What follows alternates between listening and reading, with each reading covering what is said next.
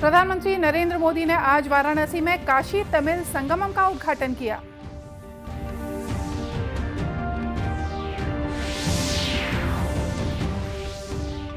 राज्यपाल अनुसुईया उइके ने कहा कि नई शिक्षा नीति समानता, गुणवत्ता और जवाबदेही के सिद्धांतों पर बनाई गई है।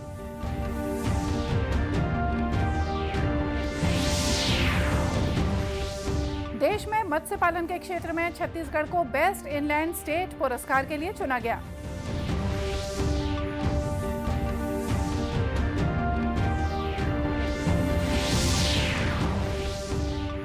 और विश्व धरोहर सप्ताह के अवसर पर राजधानी रायपुर में 7 दिवसीय चित्र प्रदर्शनी का किया गया आयोजन।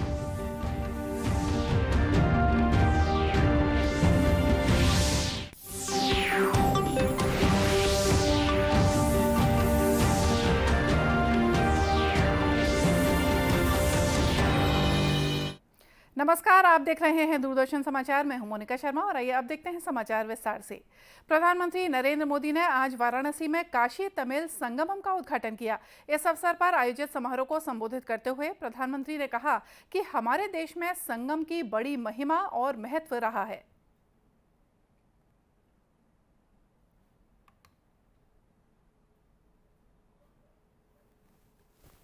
हमारे देश में संगमों की बड़ी महिमा, बड़ा महत्व रहा है। नदियों और धाराओं के संगम से लेकर विचारों, विचारधाराओं, ज्ञान, विज्ञान और समाजों, संस्कृतियों के हर संगम को हमने सेलिब्रेट किया है। ये सेलिब्रेशन वास्तव में भारत की वीरताओं और विशेषताओं का सेलिब्रेशन है और इसलिए काशी तमिल संगमम अपने आप में विशेष है, अद्वितीय है। हमारे सामने एक और पूरे भारत को अपने आप में समेटे हमारी सांस्कृतिक राजधानी काशी है, तो दूसरी ओर भारत की प्राचीनता और गौरव का केंद्र हमारा तमिलनाडु और तमिल संस्कृति है। ये संगम भी गंगा यमुना के संगम जितना ही पवित्र है।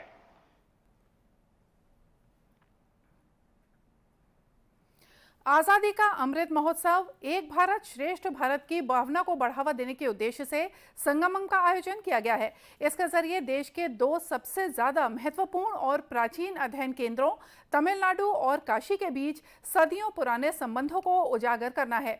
यह कार्यक्रम राष्ट्रीय शिक्षा नीति 2020 के अनुरूप भारतीय ज्ञान संपदा और आधुनिक ज्ञान व्यवस्था को एकीकृत करने पर बल देता है। प्रधानमंत्री नरेंद्र मोदी ने कहा है कि विकास परियोजनाओं में अब देरी नहीं होती और किसी प्रकार की रुकावट नहीं आने दी जाती। उन्होंने कहा कि सरकार ने परियोजनाओं के शिलान्यास और उनके उद्घाटन की नई कार्य संस्कृति शुरू की है। श्री मोदी ने आज अरुणाचल प्रदेश के ईटानगर में डोनी पोलो हवाई अड्डे का उद्घाटन किया। इस अवसर पर उन्होंने कहा कि सरकार ने सभी विकास परियोजनाओं को समय पर पूरा करना सुनिश्चित किया है। प्रधानमंत्री ने कहा कि परियोजनाओं में देरी करना और किसी प्रकार की बाधा उत्पन्न होने देना इस सरकार की कार्य संस्कृति में नहीं आता।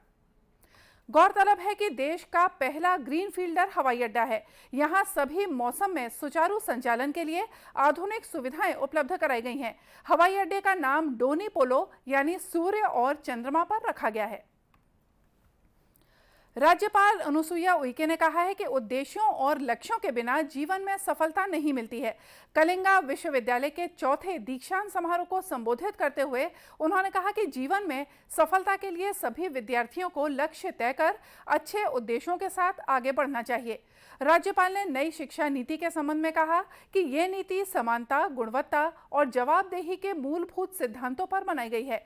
इसका उद्देश्य स्कूल और कॉलेज शिक्षा दोनों को ही अधिक समग्र, लचीला, बहुविषयक और 21वीं सदी की आवश्यकताओं के अनुकूल क्षमताओं को सामने लाना है। सुश्री उइके ने कहा कि नई शिक्षा नीति के माध्यम से भारत को एक जीवंत ज्ञान समाज और वैश्विक ज्ञान महाशक्ति में बदलना है। स्थानीय भाषा में शिक्षा देना भी नई शिक्षा नीति की एक महत्वपूर्ण विशेषता है। उन्होंने केंद्र सरकार द्वारा मेडिकल और इंजीनियरिंग की पढ़ाई हिंदी में कराए जाने को स्वागत के योग्य बताया। समारोह में विद्यार्थियों को 189 स्वर्ण पदक, 218 को पीएचडी की उपाधि दी गई। देश में मत्स्य पालन के क्षेत्र में छत्तीसगढ़ को बेस्ट इनलैंड स्टेट पुरस्कार के लिए चुना गया है। यह पुरस्कार केंद्र शासित प्रदेश दमन में 21 नवंबर को दिया जाएगा। मुख्यमंत्री भूपेश बघेल और कृषि मंत्री रविंद्र चौबे ने मत्स्य पालन विभाग के सभी अधिकारी और कर्मचारियों को इस उपलब्धि के लिए बधाई और शुभकामनाएं दी हैं। मिली जानकारी के अनुसार यह पुरस्कार विश्व मत्स्य दिवस के अवसर पर राष्ट्रीय मत्स्यिकी विकास बोर्ड द्वारा दिया जाता है। केंद्र शासित प्रदेश दमन में आयोजित पुरस्कार समारोह में केंद्रीय मत्स्य पालन, पशुपालन और डेयरी मंत्री पुरुषोत्तम रूपाला के अलावा राज्य मंत्री संजीव कुमार बालियान भी शामिल होंगे। और आइए अब लेते हैं एक छोटा सा ब्रेक।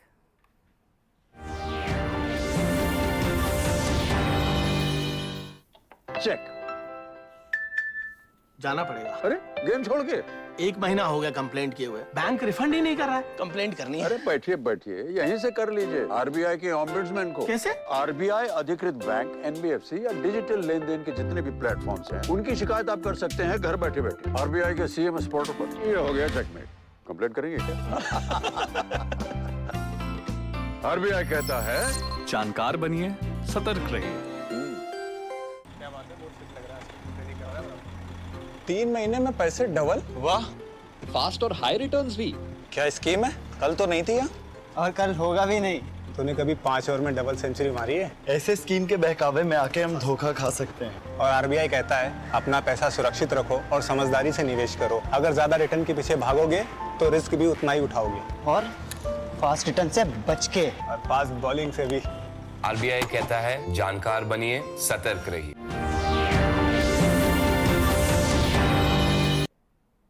ब्रेक के बाद एक बार फिर से स्वागत है आप सभी का दूरदर्शन समाचार में। भानु प्रतापपुर विधानसभा उपचुनाव में नामांकन दाखिला शुरू होने के बाद राजनीतिक सरगर्मियां बढ़ गई हैं। भाजपा और कांग्रेस सहित निर्दलीय प्रत्याशियों ने प्रचार और प्रसार तेज कर दिया है। इसी कड़ी में भाजपा के प्रदेश अध्यक्ष अरुण साव ने भानु प्रतापपुर स्थित दुग्गाबाड़ा में चुनावी कार्यालय का शुभारंभ किया। इस मौके पर प्रदेश भाजपा अध्यक्ष ने कहा कि कांग्रेस सरकार ने क्षेत्र की जनता के साथ धोखा किया है और विकास के सारे कार्य अवरुद्ध हैं। राज्य की कांग्रेस सरकार ने किया है, विकास के सारे काम अवरुद्ध हैं। विकास के नाम पर इस सरकार ने न एक प्राइमरी स्कूल बनाया, न एक प्राथमिक स्वास्थ्य केंद्र बनाया। और बस्तर में तो स्वास्थ्य व्यवस्था की बदहाली के कारण इतने बड़े पैमाने पर अकाल लोगों को मौत के मुंह में समाना पड़ा। वहीं कांग्रेस संचार विभाग के अध्यक्ष सुशील आनंद शुक्ला ने कहा कि पार्टी मजबूती के साथ चुनाव मैदान में उतरी है। बूथ स्तर तक पदाधिकारियों को जिम्मेदारी दे दी गई है। प्रदेश की जनता राज्य सरकार की नीतियों और योजनाओं पर विश्वास जताएगी। ऑनलाइन ऐप के जरिए चलाए जा रहे सट्टे के खिलाफ दुर्ग पुलिस लगातार कार्रवाई कर रही है। इसके तहत दुर्ग पुलिस ने रेड्डी अन्ना और महादेव ऐप के 2 ब्रांचों पर कार्रवाई करते हुए 16 सटोरियों को दिल्ली के साकेत नगर से गिरफ्तार करने में सफलता हासिल की है। इन सटोरियों के पास से सट्टे में इस्तेमाल होने वाले laptop, mobile, ATM card, broadband, passbook के साथ दूसरे सामान बड़ी संख्या में बरामद कर करोड़ों रुपए के लेन देन का खुलासा किया गया है। दुर्ग पुलिस अधीक्षक अभिषेक पल्लव ने आज पत्रकार वार्ता में बताया कि पुलिस की कार्रवाई से घबराकर सटोरिये देश के दूसरे हिस्सों से अपना कारोबार चला रहे हैं। उन्होंने बताया कि प्रवर्तन निदेशालय ईडी ने भी दुर्ग पुलिस से महादेव सट्टा ऐप की जानकारी ली है। पुलिस द्वारा दिल्ली साकेत में संचालित 2 ब्रांचेस को नस्ताबूद किया गया है। एक ब्रांच से 10 व्यक्ति को, दूसरे ब्रांच से 6 व्यक्ति को गिरफ्तार किया गया है। इनके पास से 6 लैपटॉप और 31 मोबाइल जब्त किया गया है। 50 से ज़्यादा पासबुक्स मिले हैं। 7 से ज़्यादा डायरियाँ मिली हैं जिसमें 50 करोड़ के लेन देन की बात सामने आई है। ये ब्रांच पिछले 8-10 महीने से दिल्ली में संचालित था। दुर्ग पुलिस की लगातार ताबड़तोड़ कार्रवाई के कारण सभी पैनल वाले सटोरिये जो हैं वो दुर्ग भिलाई छोड़ के देश के विभिन्न कोनों में पैनल चला रहे हैं। बताया जाता है कि गिरफ्तार सभी आरोपी दुर्ग जिले के रहने वाले हैं। देश की पहली महिला प्रधानमंत्री इंदिरा गांधी की आज 105वीं जयंती है। इस अवसर पर प्रधानमंत्री नरेंद्र मोदी ने उन्हें श्रद्धांजलि अर्पित की है। छत्तीसगढ़ में भी इंदिरा गांधी की जयंती पर विभिन्न कार्यक्रमों का आयोजन किया जा रहा है।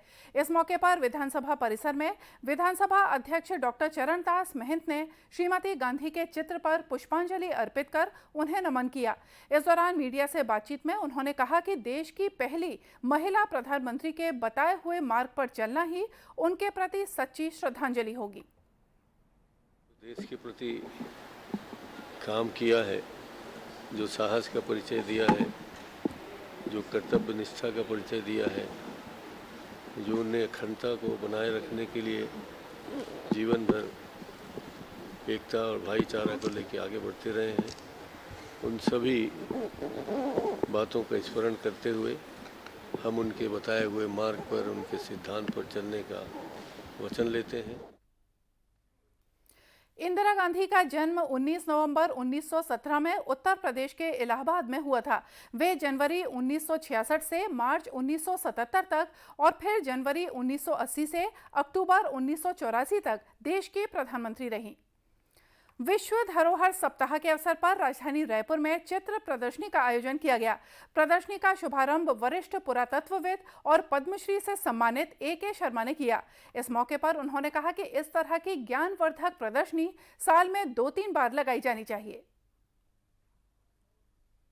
अभी प्रदर्शनी लगाई गई है, मेरे ख्याल से ये परमानेंट हो जाना चाहिए, जिससे लोग प्रतिदिन आके अपनी धरोहर को देख सकें, निहार सकें। और इस प्रकार के जो आयोजन है वो कम से कम साल में 3 बार जरूर होना चाहिए। उससे क्या होता है, लोगों में जागरूकता पैदा होती है। वहीं संस्कृति विभाग के उप संचालक प्रताप पारख ने मीडिया से बातचीत में बताया कि लोगों को प्रदेश की विरासत, कला और संस्कृति से अवगत कराने के लिए यह प्रदर्शनी लगाई गई है। जो पेंटिंग्स लगे हुए हैं, जो हमारे पूर्वजों ने किए हुए हैं, तो उनके लगे हुए हैं, प्लस अभिलेख जो हमारे अब एक अभिलेख जो यहाँ पे प्रदर्शित है, गुढ़ियारी और फाफाडी कब रायपुर में शामिल हुए, रायपुर नगर निगम में। तो 1938 में जब वो विलेज था तो शामिल हुए, तो वो ओरिजिनल अभिलेख के यहाँ पे प्रदर्शन लगे हैं।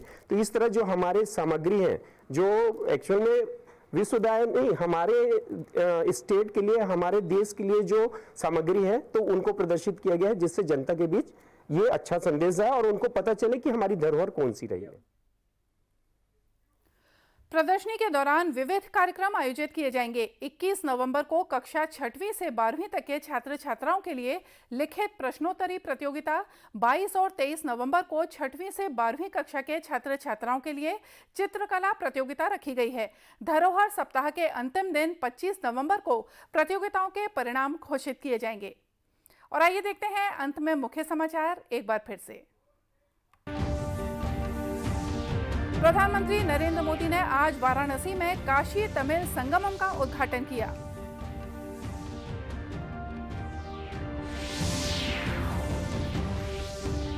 राज्यपाल अनुसुईया उइके ने कहा कि नई शिक्षा नीति समानता, गुणवत्ता और जवाबदेही के सिद्धांतों पर बनाई गई है।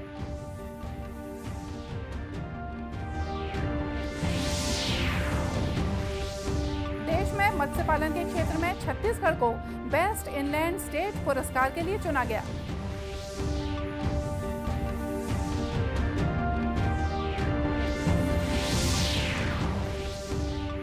और विश्व धरोहर सप्ताह के अवसर पर राजधानी रायपुर में 7 दिवसीय चित्र प्रदर्शनी का किया गया आयोजन।